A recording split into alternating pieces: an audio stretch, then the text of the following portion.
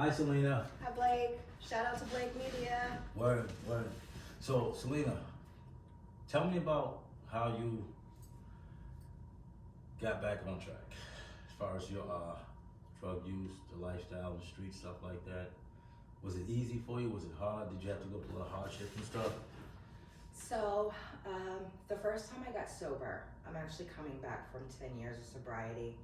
It was super easy. You said coming back from 10 years? Coming back You mean from you were 10 gone years. for 10 years? No, so I had 10 years of sobriety. Okay. And then I lost it. Yeah. I will have 20 months on the 15th of this month. Back to 20 months. The first time it was very easy. I literally said a prayer and I got up and I walked away sober for 10 years. Yeah. Okay. Just like that. Just like that. But I didn't have recovery. Yeah. So when my mom passed away, I kind of went back on a run for about 5 years, and it took me a long time and a lot of hard work to get back to where I am today, to have 20 months. How long has it been since your mother passed? It's been probably 7 years. Okay. Yeah. I ask that because oftentimes I'll meet people or I hear them in that environment and they talk about the loss of a loved one and the effect that it had on them.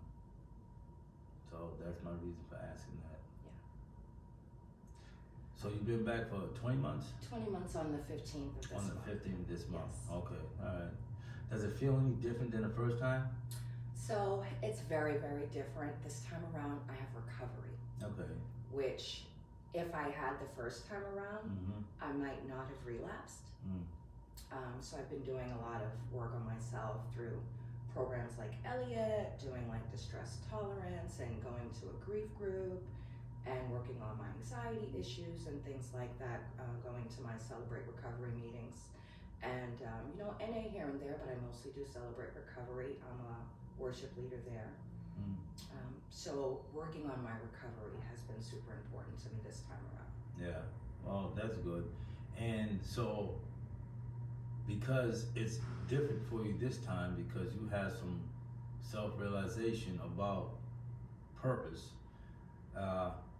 do you feel like you could be of a service to others in that area as well? Yeah, so I do a lot of service work through Celebrate Recovery. Yeah. I can't even count the number of people that I've brought with me that I mentor and provide Ubers for so they can get to groups and everything like that. Service work is super important. It's kind of like the monkey analogy back in the days. We had this like barrel full of monkeys and there was like one with their hand this way and one with their hand this way. And it doesn't really matter how many days you have in recovery. There should always be someone that you can reach on to that will pull you up. Yeah. And you have to have your hand back to help the next person. Oh, okay. Wow, I like that. I like the attitude adjustment, which I can also hear from others who have traveled that circle as it relates to their first time or not being their first time around, and them having more of a grasp on their personal reality and how it relates to the world around them. So, like, where do you see yourself 5 years from now? So I have been actually doing a lot of praying to figure that out, and because I spent so much time behind bars, it's super important for me to impact that population. Behind bars? Yes. Those steel bars? Those steel bars. Okay. I was a frequent flyer. I've done over 24 bids. 30, 60, 90s. I had 2 6 months, all for violence. Yeah.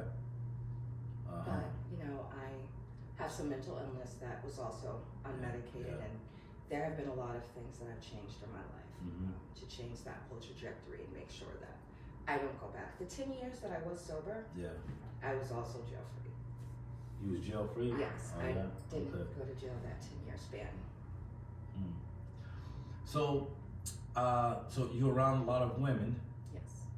And sharing that spiritual light with them in hopes that they are able to come to their turn. Because I'm emphasizing on that because I noticed that oftentimes, I feel anyway, like it's different for women versus men. Now I'm gonna tell you what I don't like, and I have to give you my do's and don'ts. It's a good don't though. Women do recover. I don't, it doesn't appeal to me as if they have a special disease. Oh, by the way, women do recover too. What do you mean do recover too? That's obvious they recover. So to me, it's like a negative connotation when I hear that. I'm like, ah. But because I think differently about things and come from a different avenue, I don't like that. Of course they do. Of course they do.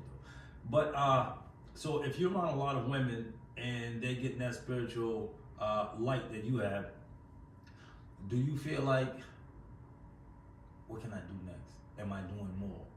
Am I moving in the right direction? Does that ever come up in your thinking? So, I feel like, I guess one of the challenges in that for me is that I can't expect people to be on the same recovery path as me and be moving as quickly as me. So that's a challenge for me in that respect.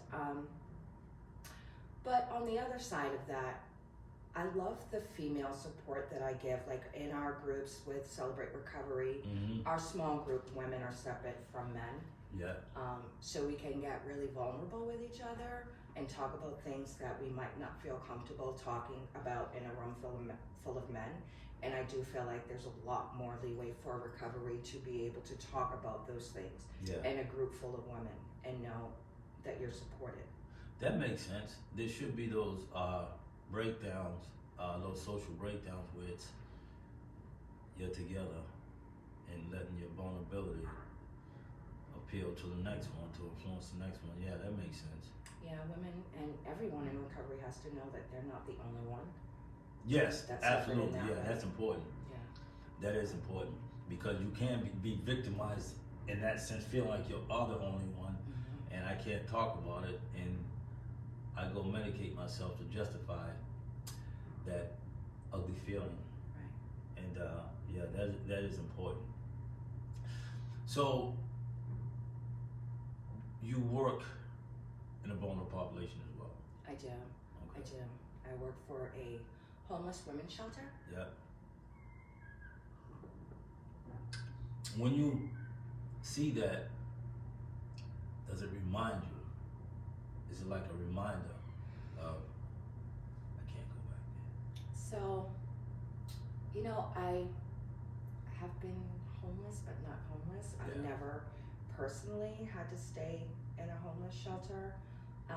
There were a couple of weeks I slept in my car, but I fueled my lifestyle with all sorts of things and was able to manage paying literally for a hotel for like 2 years straight.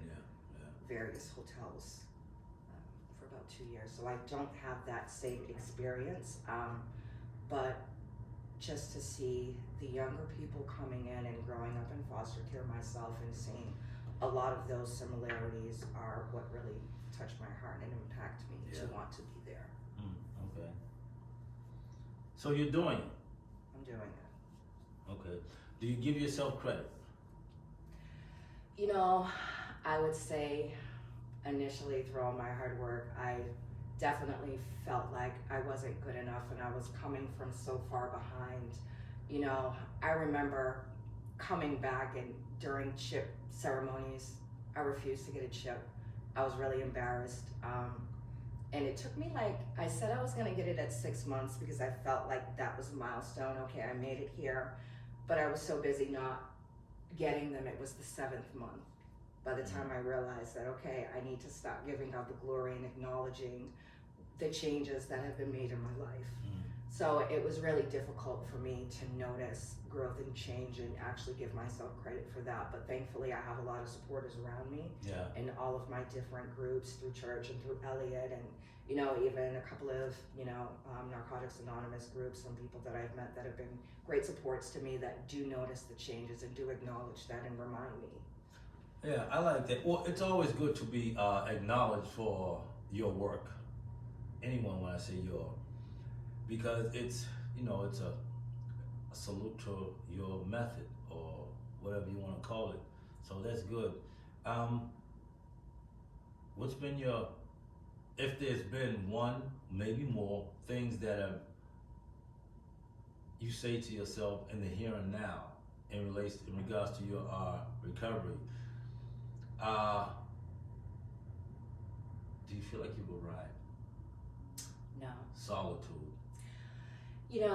I feel like I've come a long way, for sure, in making it back, but no, there are so many more things I still need to accomplish. I'm doing step work for the first time in my inventory right now, and praise God, I'm almost done with that. That was definitely difficult to get through. But there's just so many more things that I want to work on with myself before I can say I personally feel like I've arrived. I attend a couple of Garden Cities, like probably most people. Who cities? A couple of Celebrate Recoveries, one through Garden City, one through Calvary, and probably like any other NA group, you get a little bit, you get a little bit, you get a little bit. I was asked to actually lead a small group in Beverly, and I declined the invitation only because I do feel like I really want to focus on me. I lost 10 years, and there's no way I'm going to let that happen again. So I need to really make sure that I've completed a work in me, and it comes down to the point of a daily reflection every single day, but I know that there are still some things from my past and traumas and things that I need to work through before I can feel like I've arrived. So taking a stand for self can be hard when you know that you built all of this up just to let it all fall again, and then when you come back again, it's almost like, am I really back at this again? I thought I was there. But as you said, others see the change, and sometimes that's important for others to see and tell you to measure your own personal progress. I actually thought you were staff. When I kind of first met you, or not met you, but saw you, I'm like, staff. And that's all I said. That was it. But I think it's very important that women, I shouldn't say that, people that are in recovery get open about their secrets. Because that's the ultimate recovery. Get open. As you said, someone did it before you. Right. Someone's doing it now. Right. So that's the ultimate there is here. Here it is. And that's your fulfilling spiritual manifestation. Like, wow, okay, I feel freer. I move differently now that I feel freer. Yeah, I definitely do. Yeah. I don't want to follow the crowd no more. Bye-bye. Yeah, it's good that you have that. It's like, out there, run around, okay, this is an old story because it definitely gets old. And it's an ending that we all going to come to the same conclusion: jails, institutions, and death. Close your eyes and take your pick. One is definitely coming your way. But you made it back. So that is a sign that your work isn't done. Methods might change, but the work isn't.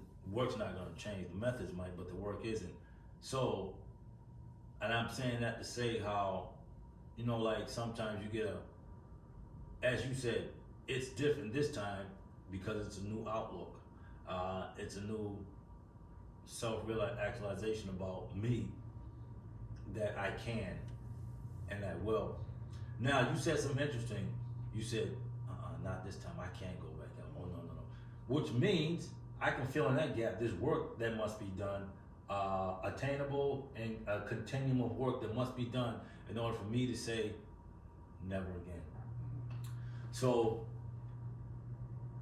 that's a strong attitude adjustment to have, because that's what you're going to look for when you get hit with that unexpected. And speaking of the unexpected, have those things come your way yet? So, I think it's important for me to just stress that the first 10 years I had in recovery, I didn't attend a single meeting. No? No. Because... Who was you at? So because of my drug of choice, Yeah. When I left, when I said that prayer and I got up and I left, just to remove myself from my living situation. I didn't even leave the city. I was just a couple of blocks away, but I removed myself from that house. And because it was just with a prayer, I literally started going back to church, reading my Bible. I didn't have any friends that were trying to recover. I've never been to a detox or anything like that because I wasn't on any kind of chemicals that required detox. Yeah.